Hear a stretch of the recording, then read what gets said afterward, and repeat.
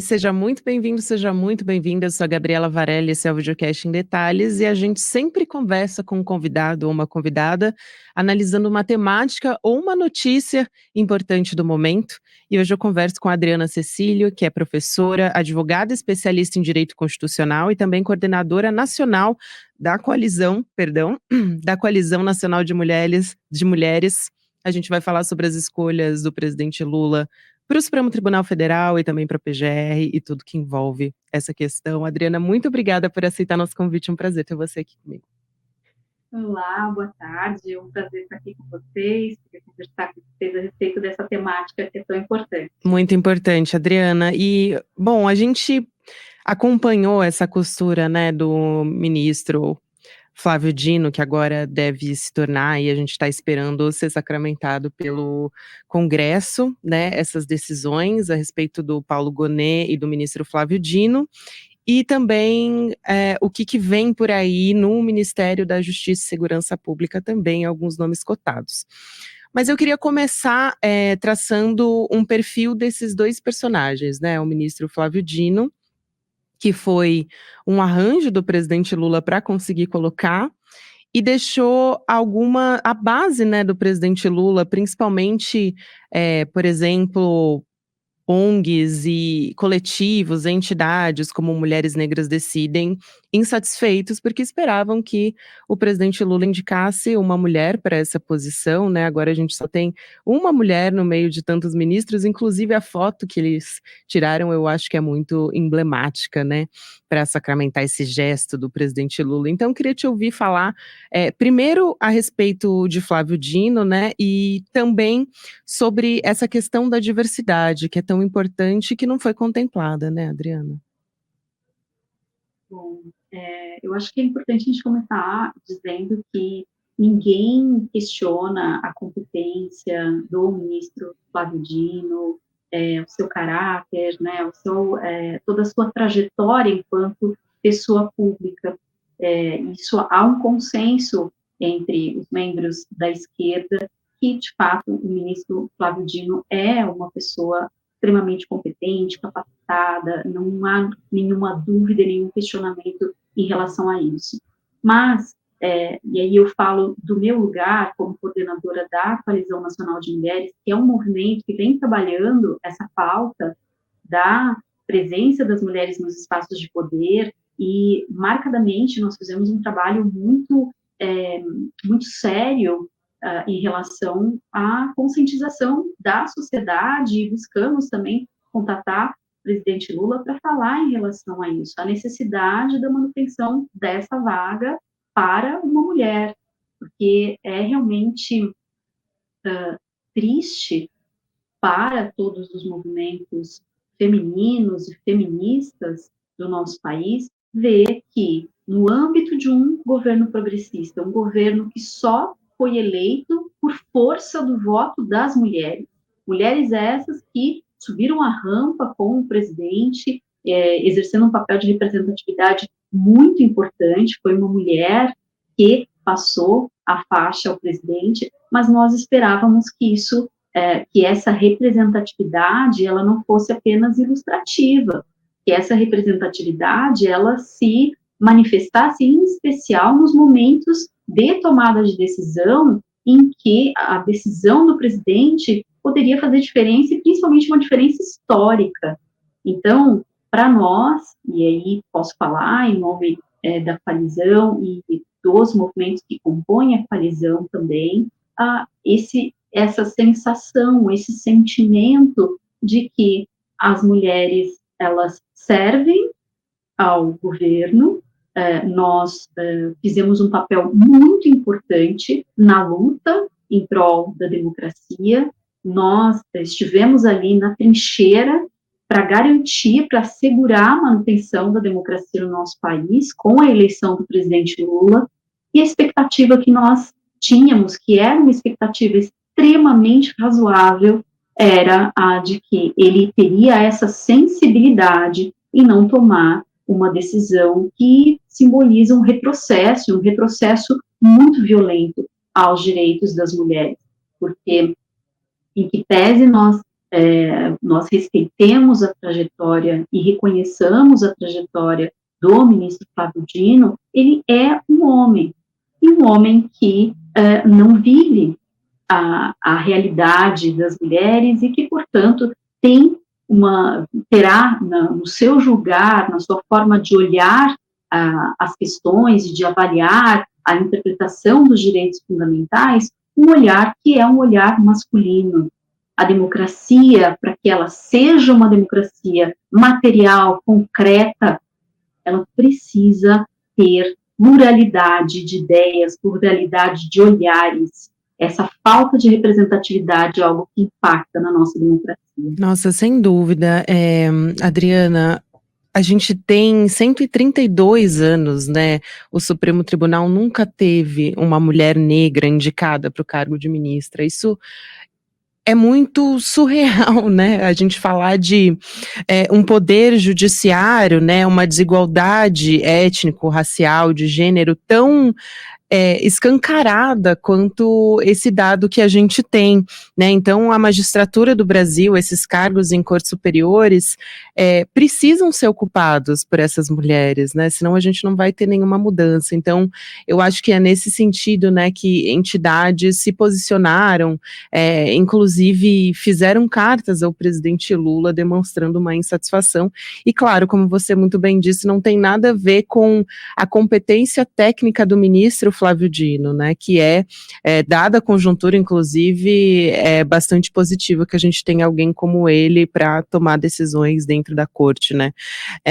Mas eu queria te ouvir também a respeito do caso Marielle, porque ele deixa o cargo de ministro da Justiça, né, e ele não resolveu esse caso emblemático, mas estava sinalizando que estava realmente andando, né?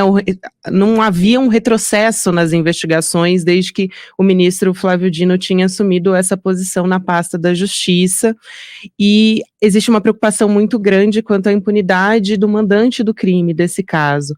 Então, eu queria te ouvir a respeito disso, e aí juntar com a possibilidade de quem vai assumir essa pasta, né? Existe a possibilidade dessa pasta ser dividida em duas, isso já foi também falado na imprensa, virar uma pasta de segurança pública e uma de justiça, e também tem diversos nomes aí que estão sendo cotados, né? O Ricardo Capelli, o ministro aposentado, Ricardo Lewandowski, também foi levantado esse nome nessa terça-feira, dia 28, e também a ministra titular da pasta do planejamento, que é a Simone Tebet. Então, queria te ouvir a respeito desses nomes que foram levantados e como que você tem avaliado isso.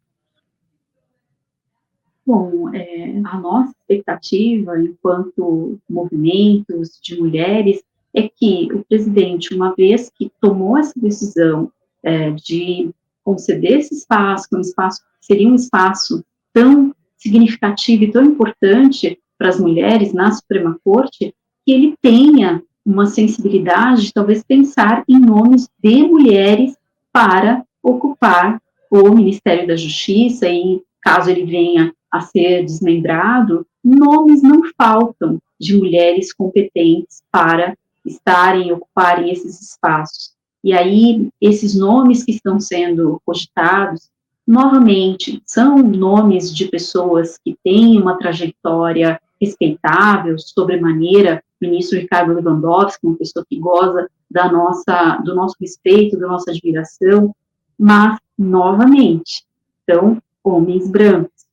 E aí, o que a gente precisa, o que a gente pede, enquanto movimento, sempre, é que as pessoas reflitam em relação a isso. Quanto mais homens ocupando espaços de poder, esses homens tendem a indicar outros homens, e com isso nós mantemos esse status quo da ocupação majoritariamente masculina dos espaços de poder, ela se mantém.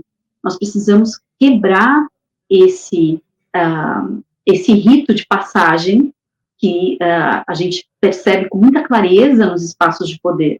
Um homem sai e ele deixa esse espaço para outro homem. Então, o presidente Lula, uma vez que a gente pode dizer que em larga medida desapontou uma parte importante da base de apoio, que são as mulheres. Eu acho que ele poderia ter essa sensibilidade nesse momento e olhar com maior carinho para trazer mulheres para ocupar essa pasta, para ocupar esse espaço. Seria acenar de uma forma muito importante essa preocupação com a base, porque, repito, ele subiu a rampa não só ao lado de mulheres, mas por causa das mulheres. Foi o voto feminino que decidiu essas eleições. E ele abandonar essa parcela tão expressiva da base em um momento em que o nosso país ainda se encontra partido ao meio, ainda se encontra rachado, o bolsonarismo ainda persiste de forma muito séria no nosso país, é uma questão bastante arriscada. Então, eu espero que as pessoas que tenham a possibilidade, que tenham acesso ao presidente, que o aconselhem a pensar esses espaços que foram deixados por homens, já que ele substituiu uma mulher por um homem, então que ele faça o contrário nos outros espaços de poder.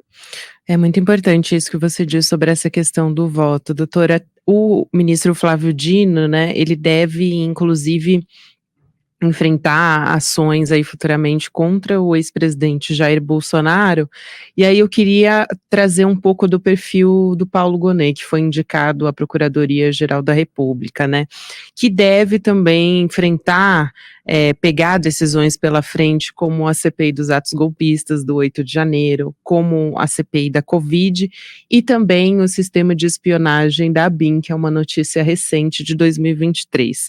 Mas vamos lá, né, interessante que o Gonet, apesar de ele ter assinado embaixo ali para tornar o ex-presidente Bolsonaro inelegível 2 vezes, ele era um perfil, à época que Bolsonaro indicou o seu PGR, né, ele era bastante aprovado pela base bolsonarista dele. Então, por exemplo, tinham parlamentares, a Bia Kicis disse que ele era um conservador raiz, foi esse o termo que ela usou para descrever o Paulo Gonet. Então, me parece que ele tem um perfil punitivista, né? Porque ao mesmo tempo que ele é o conservador raiz, cristão, que é aprovado pelos bolsonaristas, ele tomou essas decisões a respeito do ex-presidente Bolsonaro. Qual que é o risco, a senhora acha, doutora, do presidente Lula escolher alguém com o perfil de Paulo Gonet para estar nessa posição, porque inclusive ele como presidente, né, no entorno dele a gente tem, por exemplo, Gilmar Mendes, ele é ex-sócio do ministro Gilmar Mendes, né, ele vendeu a parte dele ao filho do ministro por 12 milhões de reais, então eu acho que isso é bastante importante da gente trazer aqui.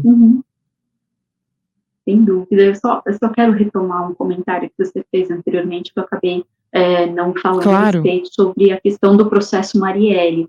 E aí eu só repiso que se o presidente Lula tivesse essa sensibilidade de repente, nomear uma mulher negra para presidir, para estar à frente do Ministério da Justiça, eu não tenho dúvida alguma de que o processo não estacionaria novamente. Agora, quem irá substituí-lo, se essa pessoa terá essa mesma vontade política, essa mesma coragem, porque pelo que nós conseguimos perceber desse processo, há uma série de questões por trás, nos bastidores, que acabam impactando muito na evolução para que se consiga concluir essa investigação. Então, é essencial colocar alguém à frente da pasta que seja corajosa e que seja uma pessoa destemida, que seja uma pessoa que realmente tenha este compromisso em buscar encontrar a verdade e solucionar esse caso. Então,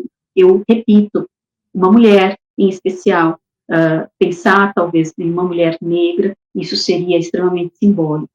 Mas, retomando aqui o seu questionamento, é bastante curiosa essa escolha do Paulo Gonet para a PGR, né? Como você mesmo comentou, ele é uma pessoa muito próxima do ministro Gilmar Mendes e todos e todas nós sabemos que o ministro Gilmar Mendes não tem nenhuma simpatia pelo presidente Lula, pelo contrário.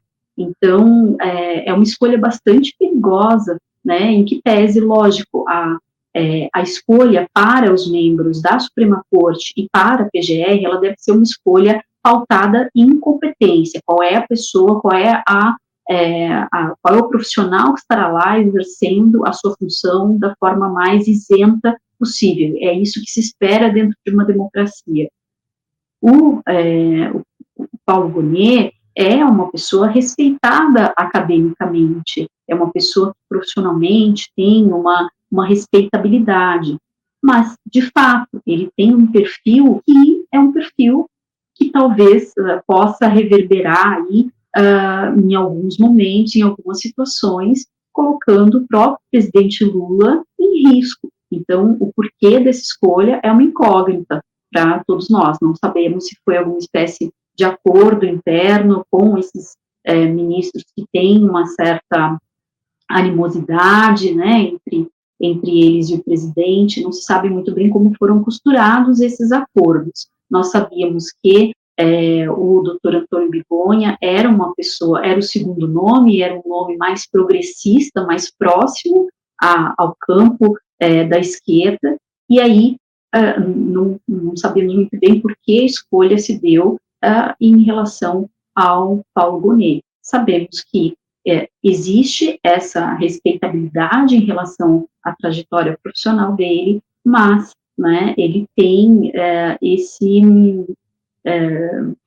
essa imagem, como você mesmo falou, de uma pessoa mais conservadora. E aí fica, né, esse questionamento, em que momento isso não pode ser um fator que acabe colocando o próprio presidente Lula em risco.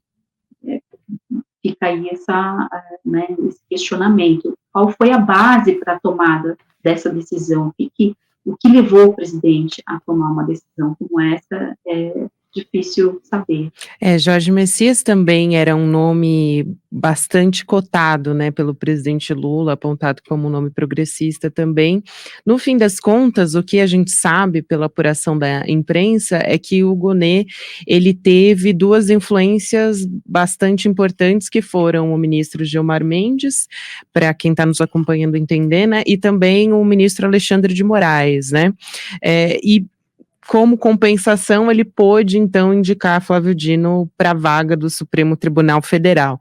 E aí, só para trazer mais detalhes, né, porque eu disse que o Gonet foi sócio, né, de Gilmar Mendes, foi no Instituto Brasileiro de Ensino, Desenvolvimento e Pesquisa, né, o IDP, que é uma faculdade que oferece cursos de graduação, pós-graduação nessas áreas relacionadas ao direito, e eles fundaram o IDP em 98, foram sócios até 2017, depois Gilmar Mendes, Gonet vendeu as cotas para o Francisco Mendes, que é o filho do ministro Gilmar Mendes, então para dar um contexto melhor do que eu citei aqui.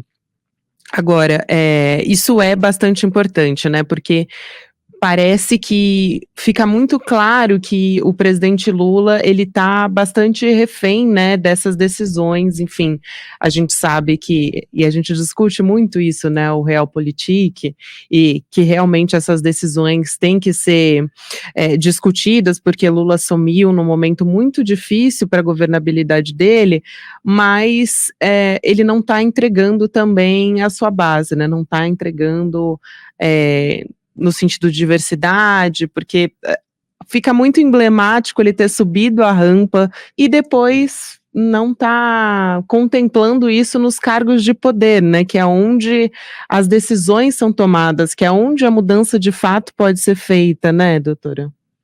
Uhum.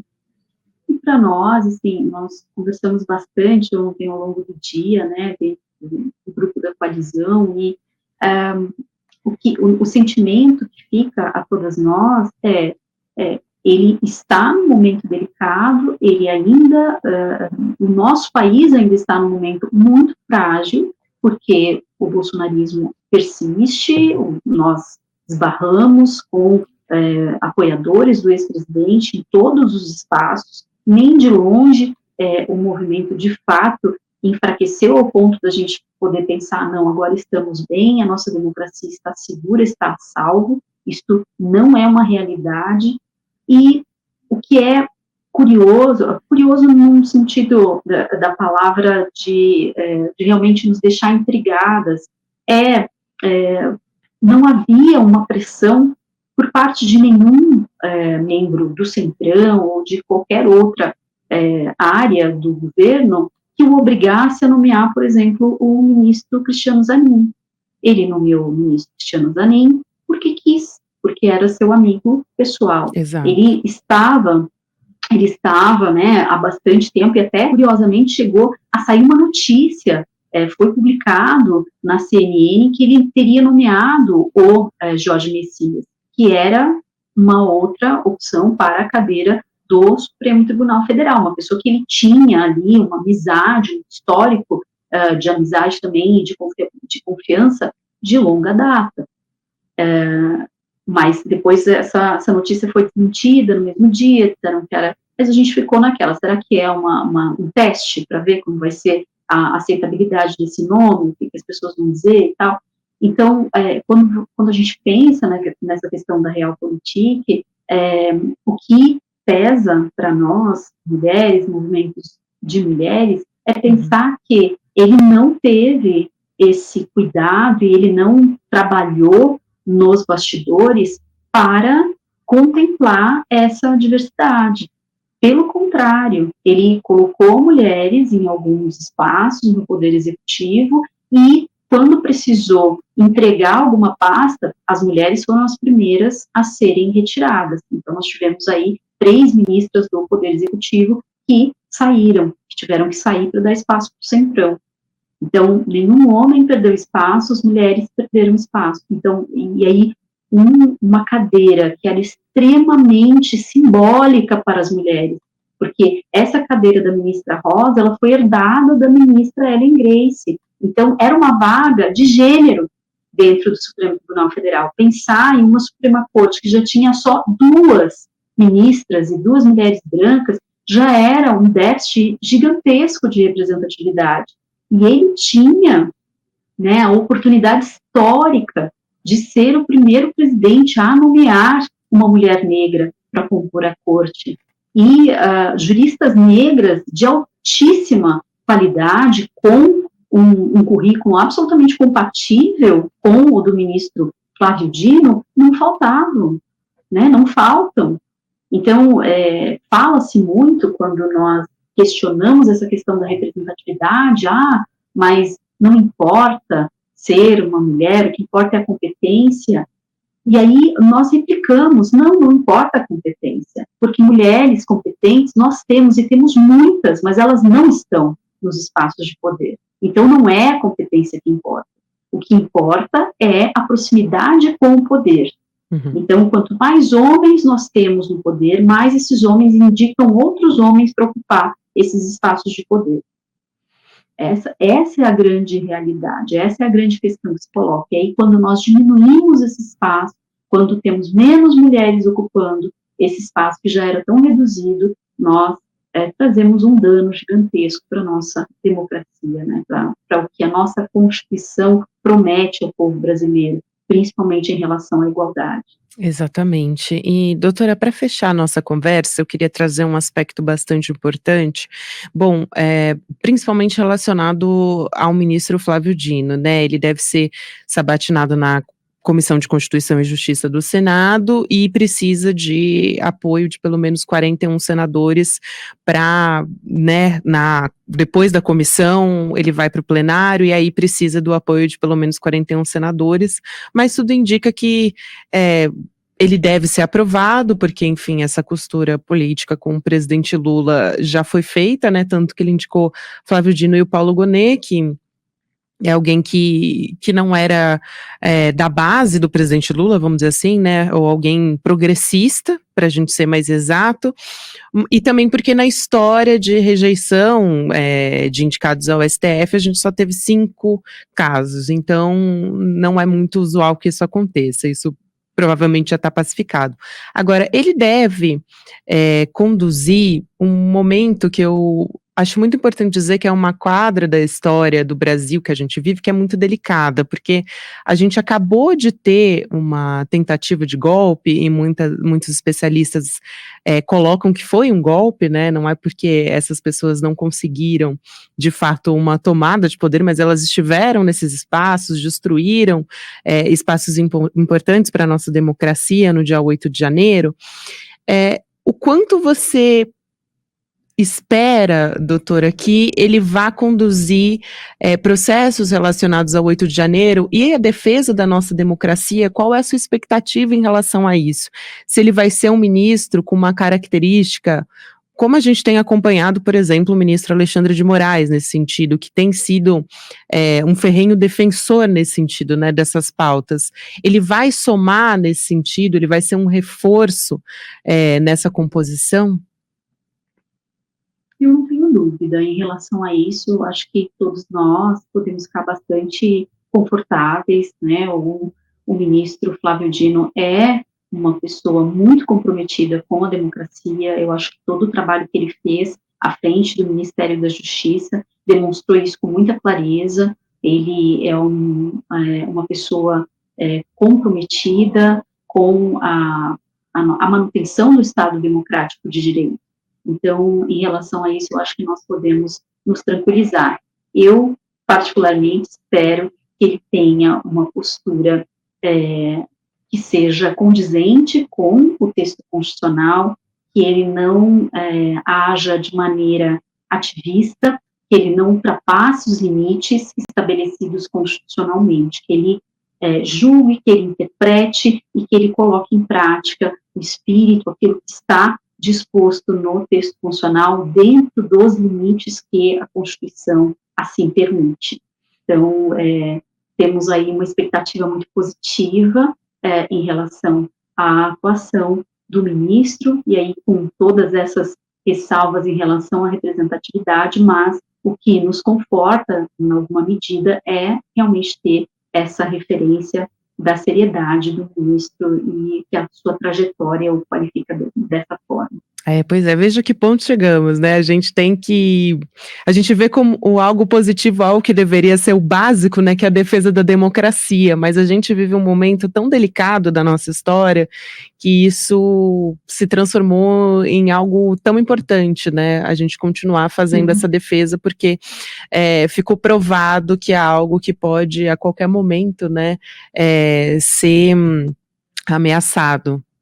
Então, quero te agradecer muito, Adriana Cecílio, que é professora, advogada especialista em direito constitucional, coordenadora nacional da Coalizão Nacional de Mulheres. Foi um prazer te conhecer, doutora, te ouvir.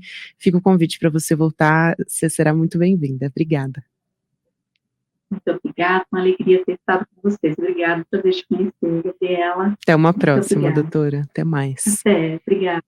O Videocast em Detalhes fica por aqui. O próximo episódio vai ao ar às 10h30 da manhã, ao vivo no YouTube, por onde você acompanha toda a programação do ICL Notícias, sempre de segunda a sexta-feira.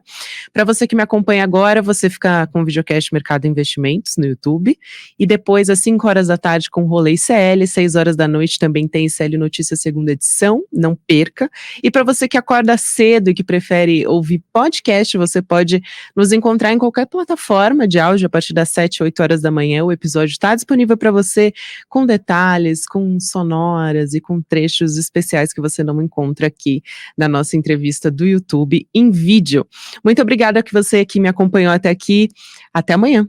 Põe na agenda que esse vale a pena. 17 de dezembro, domingo, às 8h da noite, Eduardo Marinho, filósofo das ruas, sucesso da internet, das redes sociais por suas reflexões e textos, vai dar uma aula para o Instituto Conhecimento Liberta. Para você participar dessa aula ao vivo e que não tem replay, clique no link aqui em cima ou aqui embaixo e se inscreve agora, gratuitamente. A gente se vê lá.